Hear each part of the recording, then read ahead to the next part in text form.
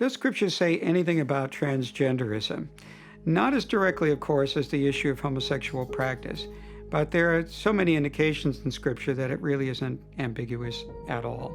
So, of course, we have some indications like in Deuteronomic law that a man shall not dress up like a woman. It's an abomination, to'avah, same word that's used to talk about homosexual practice in Leviticus 18 and Leviticus 20. We have a reference to Paul's vice or offender list that he has throughout his letters. In 1 Corinthians 6:9, he talks about a group of people, which in Greek is the malakoi, which simply means soft men. And it's a way that they have in the ancient world. It's often used for men who actively feminize themselves to attract male sex partners. So these are men who could do everything from wearing makeup, changing their hairdo, to getting castrated. And so that's the closest thing we have in the ancient world to somebody who would be considered transgender today. And even though there's sort of a homosexual connection to it because they're feminizing themselves to attract male sex partners, we have a very similar thing today, for example, also. For example, we have some men who identify as transgender who identify as women and are attracted to men. We call them homosexual transgenders. We have other men who identify themselves as women but remain attracted to women.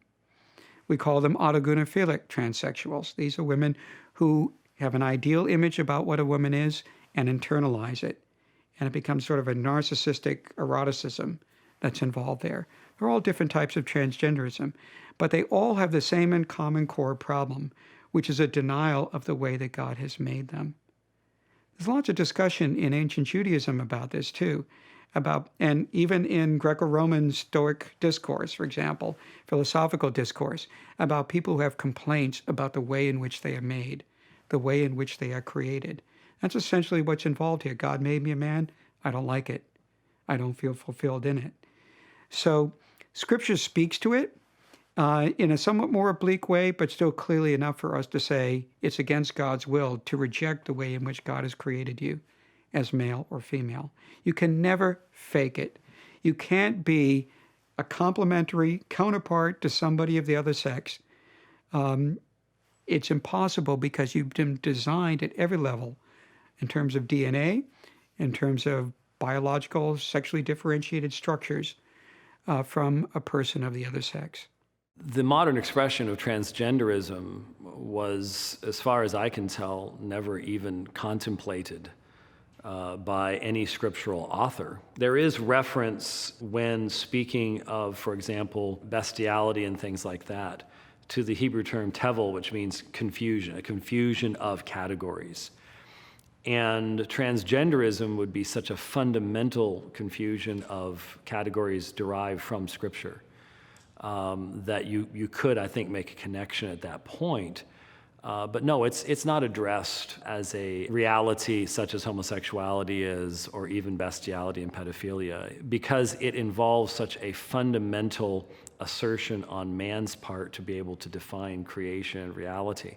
You'd basically have to adopt a really atheistic worldview to be able to pursue it to any point. So no, it's not addressed in that way. All the categories necessary to respond to it are. The reality is that if God is your maker, he didn't mess up. He knew what his purposes were. He says, you are a man, you are a woman, this is what you're called to do, this is what my calling upon your life is. This is a good and a proper thing, and so that all the necessary foundational elements are provided without having to name it as such.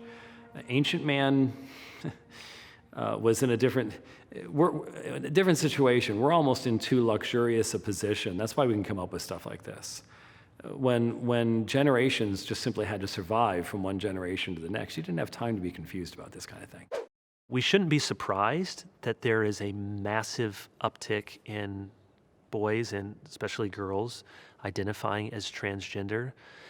To some degree, that's to be expected. When sin is presented as a new option for people, you think of all the confusion that any of us go through during puberty, confused about all sorts of things, what's happening to my body, what am I feeling, what am I thinking. If you put new options for people, yeah, it makes sense that they're going to say, that's an interesting option. Maybe I'd like to do that. And especially if there is some cultural cachet to that. And then you have the instances where just unbidden, there really are deep-seated issues of confusion over, how people feel, what they feel about their body. There's self-loathing. It doesn't seem to look right or work right, or I feel more comfortable in this and that. So these are real issues that people are dealing with. And while we need to speak to the culture with one sort of voice to say we are not going to be bullied by the sort of transgender agenda, and we need to be courageous in that, we need to speak with a different sort of voice to the people who are really wrestling with these feelings and this confusion. And the Bible, gives us tools to do that. You start in the garden, that God made them male and female. And God didn't make a mistake by making them male and female, equally to represent God, to be in his image, the woman taken out of man. God made them fit for each other. So we see from the beginning, to use the contemporary language, a binary. God understood that there are men and there are women, and their bodies were made to be different.